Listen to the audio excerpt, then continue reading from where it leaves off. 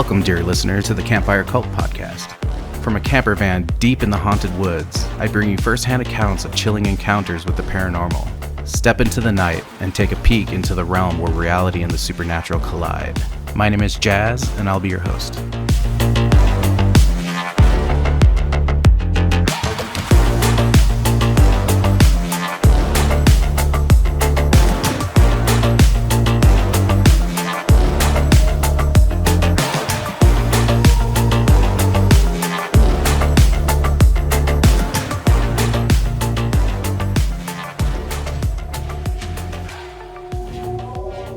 Welcome back, campers. Tonight we've got a couple of listener stories, another personal story of my own, and a few visits from shadow figures in the night.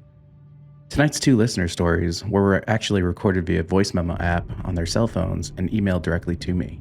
If you'd like to do the same, and I'd love for you to do that, feel free to email me at contact@campfirecultpod.com, or better yet, give me a call at 720-297-8608. As always, looking forward to hearing from you.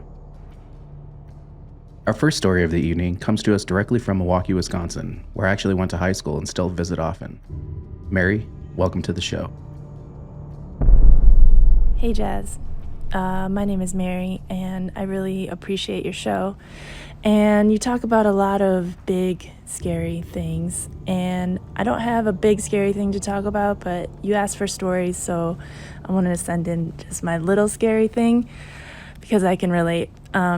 So it's little, but it's been like burned in my mind for the last 18 years or so, which is weird because I don't think I have a very good memory, but this little thing just really stands out to me. So I was about 13 years old, like 12 or 13, and my mom and I were getting dinner in Milwaukee, and it was some kind of like very ethnic restaurant. I remember it being Indian. It was something like Indian or Ethiopian. We used to go to those kinds of things. And in Milwaukee, it's like not unusual to go into a business like a bar or a restaurant that is in an old creaky house where maybe somebody actually still lives upstairs.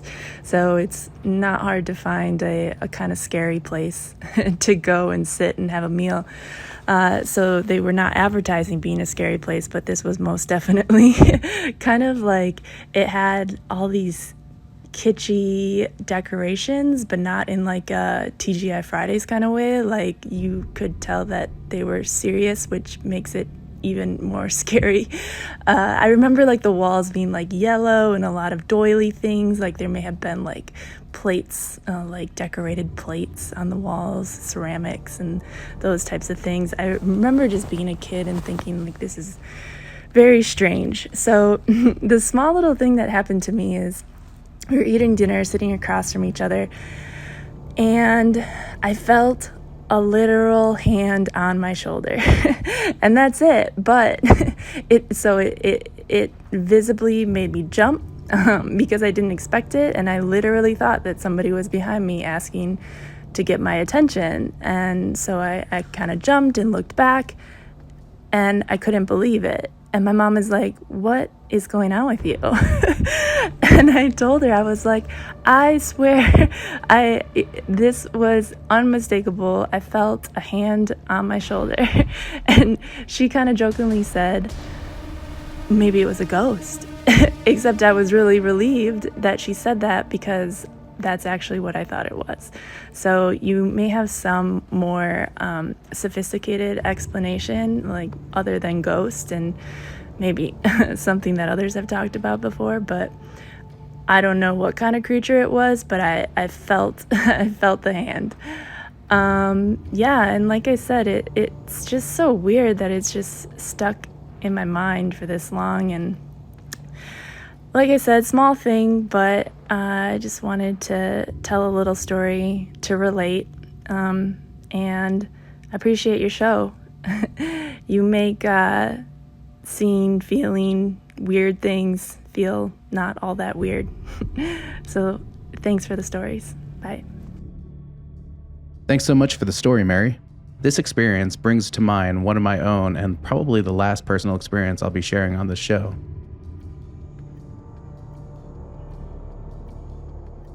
My grandmother on my mom's side of the family and I were very close all my life. We even shared a birthday.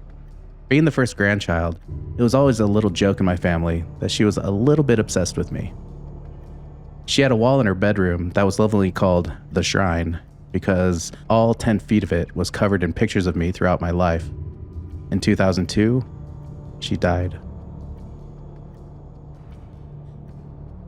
After spending a couple of days just outside of Sacramento, where she was hospitalized, my uncle and I decided to head back to San Francisco to grab some new clothes and sleep in our own beds before driving back to spend the remaining time with her.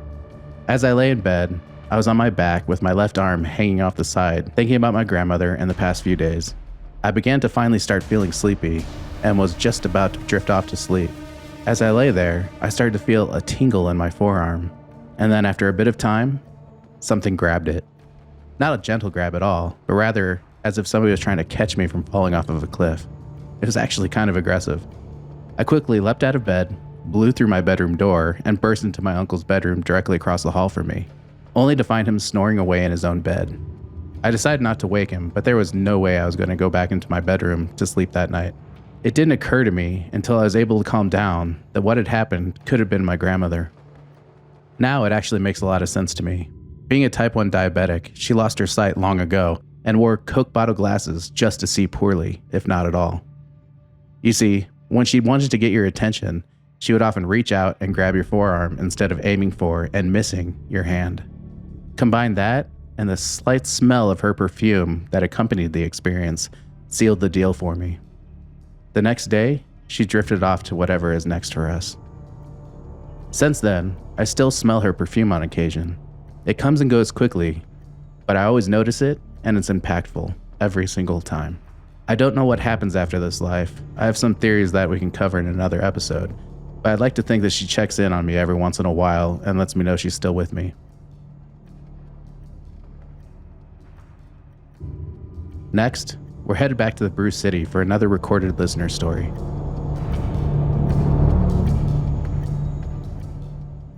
This happened when I was a kid, just 4 years old. My parents had just separated, and I was staying with my mom in an upper of a duplex she was renting on the north side of Milwaukee. I'd gone to bed. I was sleeping in her bed as we were kind of all clustered together in this little place, as a new starter place, and I woke up in the middle of the night. I remember the lights were on in the other room, and the door was cracked open. I could see the flicker of the TV, like somebody was watching the TV in the other room. I saw or felt what I thought was my mom sitting on the bed closest to the door. I sat up and saw the outline of a person.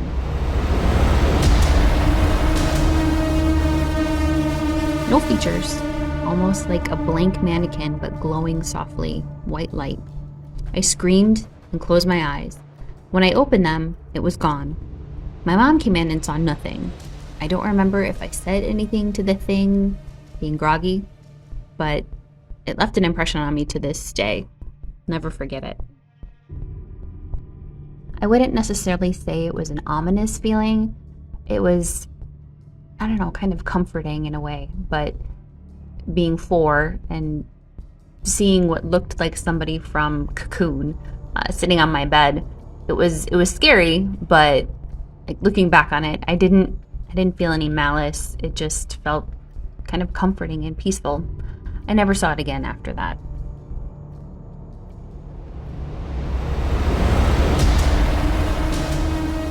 This last story brings up the phenomenon known as shadow people, or even the entity known as the Hat Man. One common shadow type figure that spans across different cultures is the Hat Man. It is described as a tall, shadowy figure wearing only what looks like a top hat or a fedora, and oftentimes a trench coat. It doesn't sound like our Milwaukee listener had an experience with the Hat Man, but rather something else. For our next few encounters, though, shadow figures and the Hat Man play primary roles. In this next chilling story, submitted by Nettie, tells the tale of a childhood encounter with a black hooded figure in an early 1900s farmhouse. I used to live in a dairy farmhouse built by my grandfather around 1903. My bedroom was located upstairs along with 3 other bedrooms. One night, without any warning, I suddenly woke up. As I looked towards the foot of my bed, I saw a terrifying sight. A large, black hooded figure standing at the right corner of my room. There was no discernible face, just pure darkness, but the shape was very distinct. It wasn't moving in or out of shadows, it was just there, as if someone was standing right at the end of my bed. The fear that washed over me was indescribable, and in a panic, I immediately grabbed my blankets and hid under them, trying to shield myself from the eerie presence. I can't recall how long I stayed hidden, but when I finally gathered the courage to look again, the figure had vanished. I was absolutely bewildered, unsure if I actually saw something or if it was just my imagination playing tricks on me. A week later, my parents were arguing and my mother mentioned that she had seen a similar black figure in her room upstairs. This confirmed to me that what I experienced was real and not a product of my imagination. Nevertheless, the memory of the sighting still haunts me, and I often find myself gripped by the same overwhelming fear I felt as a child. I worry that I might encounter it again, especially after reading similar stories from people on the internet.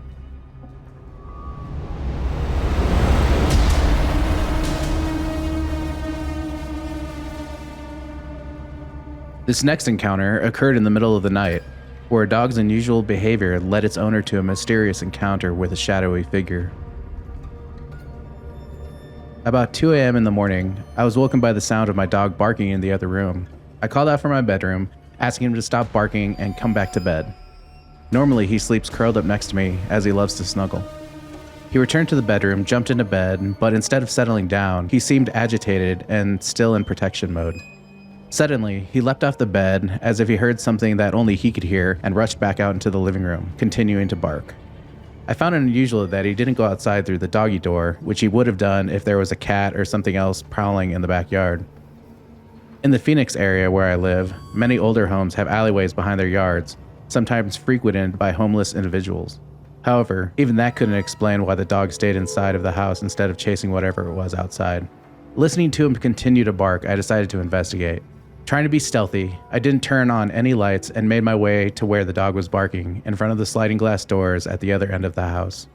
I carefully scanned the yard from left to right, and at first I couldn't see anything other than the outline of the bougainvillea just outside the backyard. Then I saw it. Standing at the right side of my yard, close to where my bedroom is, was a tall, dark silhouette of a man wearing a fedora type of hat. My heart started racing and my dog continued to bark. The figure remained completely still, but in an instant it disappeared. It didn't fade away, it was just there 1 second and gone the next. Frightened, I managed to return to my room, got under the covers, and eventually fell back asleep. Surprisingly, my dog followed me back in and remained quiet the rest of the night.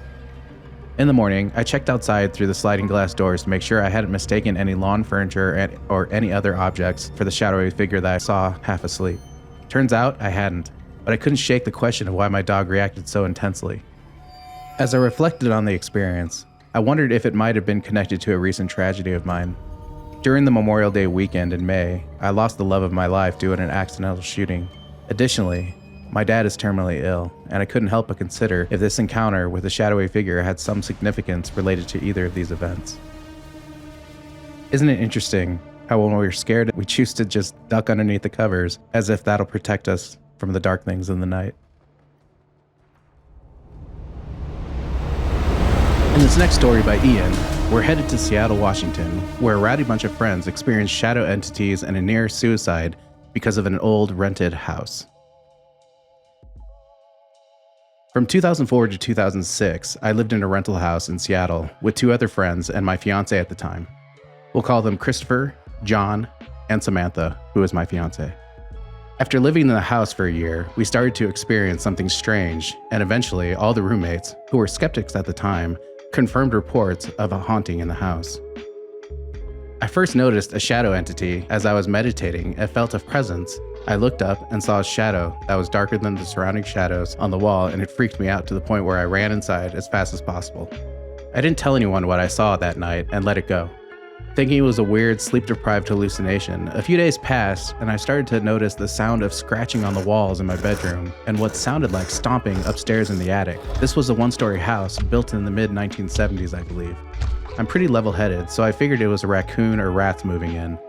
I had a slight feeling that whatever I saw in the garage was now in my house, but still skeptical. Fast forward another few days and things got really bizarre. The knocking got louder, day and night, but mostly when somebody was around to hear it and wasn't localized to just me and my own experience with it. My roommates complained of weird noises in their rooms, like clapping in the air around them, like right next to your ear. We jokingly started saying that there was a ghost in the house, while still suspending belief. One night I was sitting on the couch reading, and out of the corner of my eye, I caught something walk by about 10 feet away, but nobody else was home. My roommate Christopher was heading off to sleep one evening as my fiancée Samantha and I were in the other room. Samantha and I began hearing scratching and a light knock on the walls by our heads while we laid there. I jokingly told her, whatever it was, go bother someone else, and we literally heard whatever it was scurry away and walk over to the other room. The next morning, Christopher had left earlier for work than usual. He saw me later that day and asked if I had heard anything that night. I told him no nervously. He said he was getting ready to go to sleep that night. He locked the bedroom door and started to doze off. While almost asleep, he hears the door open and the sound of breathing right next to his ear. The breathing came closer and closer, louder and louder. He moved out a week later, and another friend, Josh, took his place. By now, with a new roommate in Christopher's old room, the haunting had become worse. Loud thumps in the walls, literal sounds of stomping up in the attic too. We braved the moment and decided to go up into the attic to look for ourselves. We climbed the drop-down ladder and poked our heads up into the attic. There was absolutely no space to move around up there. It was barely a crawlspace attic, and we immediately felt weird, dashed back down the ladder, and closed the door. By now, we knew we had a ghost, but the reality was, I knew it was a shadow person based off of what I saw. My friend Josh, who took Christopher's room, began acting really weird over the course of a week. He started getting more and more depressed, drinking more, and he tried to hang himself in that very room at the end of his bender. The weird part was, through a series of text messages, Christopher and I received a call from our roommate Jason while we were out for the night regarding Josh sending him a suicidal text message. Thankfully, we were able to make it back to the house in time to pull him off of the rope and have EMTs revive him, even though he was dead when we found him. I moved out a week after that. This story reminds me of one that took place in Long Island, New York in 1974. First, this bulletin from the WOR newsroom. 6 members of one family have been found shot to death in their night clothes in their expensive home in Amityville, Long Island. The only available information at this moment, according to the Amityville Village Police, is that the victims have been identified as members of the DeFeo family.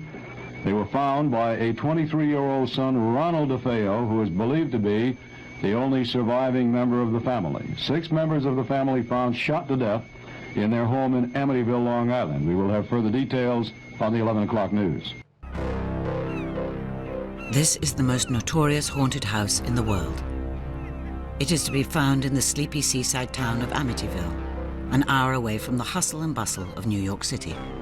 30 years ago, a truly horrifying crime was committed here, when 6 members of the DeFeo family were shot dead in a single night. Even now, the details of exactly how these brutal murders were carried out remain shrouded in mystery. 1 year later, the Lutz family moved in. They fled from the house, having lived there for only 28 days, claiming that they had been driven out by terrifying and unexplained supernatural forces. Their story was the subject of a media frenzy, turned them into celebrities, and became a worldwide bestseller, The Amityville Horror. Now, I have to be honest, I've always wanted to live in a haunted house, but stories like this really make me want to think twice about that. Now on to Jeremy's story. After returning from Afghanistan, a soldier encounters a shadowy entity in his room. I had just returned home from Afghanistan, and the joy of being reunited with my family was overwhelming. That night, as I lay next to my wife, ready to drift off to sleep, something startled me awake. I couldn't identify what had woken me up. I tried to move, but I couldn't control my body fully, only my eyes and the ability to make a grunting sound. It was then that I noticed a dark figure in the corner of my room, a tall, black silhouette just standing there. The mysterious figure moved towards me suddenly and then fell to the floor. Although it vanished from sight, I could still hear it crawling maniacally towards me, emitting a terrifying growling sound. I struggled to make enough noise to wake my wife or reach out for help, but fear overwhelmed me. Until that moment, I had never believed in the supernatural, God, or demons, but this experience shook me to my very core. As the entity reached up and grabbed my leg, it started to climb up my body, getting closer to my face. I wondered whether it was feeding on my breath, fear, or even my soul. Fueled by fear, I mustered enough strength to forcefully throw it off my body, sending the entity flying to the floor. When I stood up, ready to fight, it had disappeared. However, this was just the beginning. The entity returned repeatedly, becoming a regular visitor in my life. As time passed, I stopped fearing it and actually grew a little bit more curious. To find answers, I began researching and learned about the shadow people phenomenon. I even started glimpsing it outside my bedroom, always lingering at the edge of my vision. Because I was no longer afraid of it, it seemed to visit less. Although I remained uncertain about its nature or motives, I have come to believe that it preys on people with weak wills. Because of this, I advocate to embrace strength and fearlessness, which will cause it to seek easier targets. It has been 11 years since the first encounter, and although it occasionally returns to test my resolve, I stand firm, knowing that I'm no longer its prey.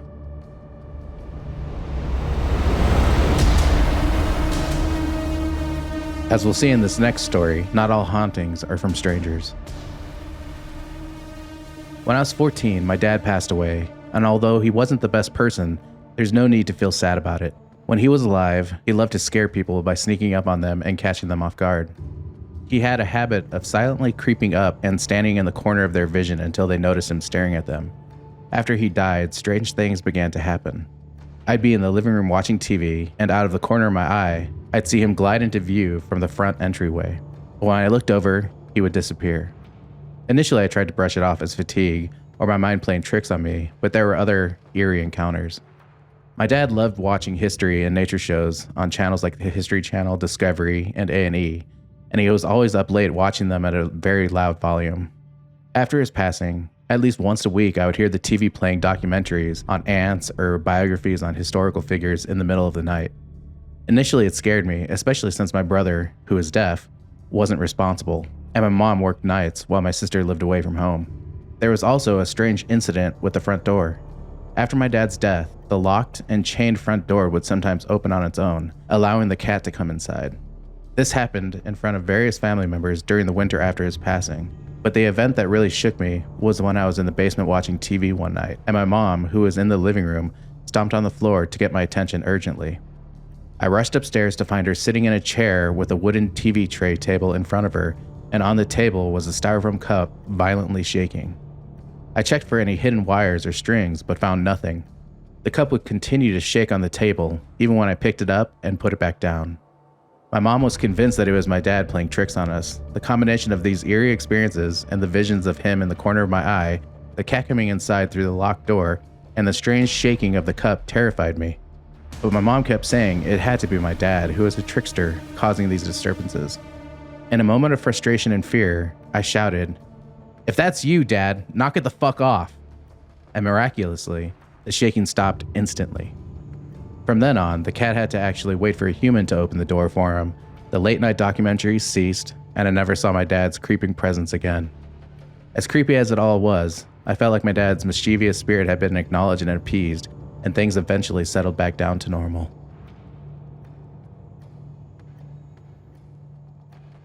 For this final story of the evening, during pregnancy, a woman witnesses a mysterious shadow man in her bedroom. Why does it always happen in the bedroom? Anyway, that's something for another night. When I was around 6 months pregnant, I was sleeping in bed with my husband and our cat. We live in Norway, and in the summertime, the sun doesn't go down all the way. So although it was the middle of the night or early morning, it wasn't completely dark in our bedroom.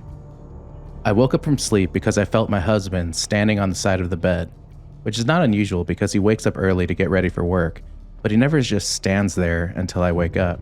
Anyway, I watched him move from his side of the bed and walk over to where the dresser is near the foot of the bed. Since it was dark in our room, but not pitch black, I could see the shadow and realized very quickly that it wasn't my husband at all. It was a man for sure, but not the build of my husband. The shadowy man was tall and thin. My husband, on the other hand, is built like a bodybuilder and not very tall at all. I looked over to my right and my husband was actually still sleeping. I looked back to where the shadow was standing at the foot of the bed. At that moment, the shadow made a startling jerking movement. Shoulders went up and arms kind of flailed, like it was surprised that I saw him, and it was startled. Immediately, the shadowy figure quickly disappeared into the wall behind it. This shadow man had no features, just looked like a regular shadow you would see of yourself on the pavement on a nice sunny day. It all happened very quickly. The strange thing is that I looked down at my cat who was lying near my big pregnant belly. She was watching the whole thing and looked directly towards the shadow too. When the shadow disappeared into the wall, she jumped off the bed and ran towards that same wall, which is right next to the bedroom door. She then exited the room and I rolled over to go back to sleep. Sleep is no joke when you're pregnant. I'm not sure, but to me, the shadow didn't feel attached to our house, but more like it was just checking up on me, maybe because I was pregnant. The reason why I think this is because I didn't feel scared or uncomfortable at all. In fact, it seemed startled by me instead. I don't know the exact history of our condo, but I believe it was built in the early 90s, and there have been no deaths on the residents. It is a really small, quiet, and safe neighborhood, so I think we would have heard if something strange had happened. The history of the town we live in is ancient. I believe it was founded by the Vikings in 997 AD. And that, dear listeners, is all I've got for you tonight. Sorry about the long wait between episodes. Soon I'll be back to a normal schedule.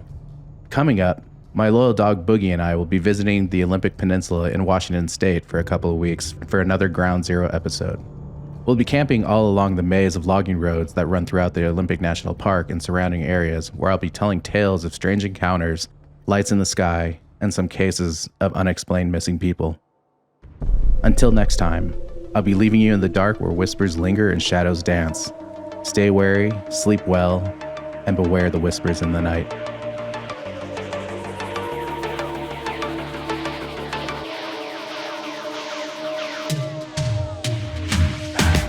If you have a story to tell, you can reach us via email at contact@campfirecultpod.com or leave us a voicemail message at 720-297-8608. Find us all over the place socially at Campfire Cult Pod and online at campfirecultpod.com. And finally, if you don't mind, please rate and review wherever possible.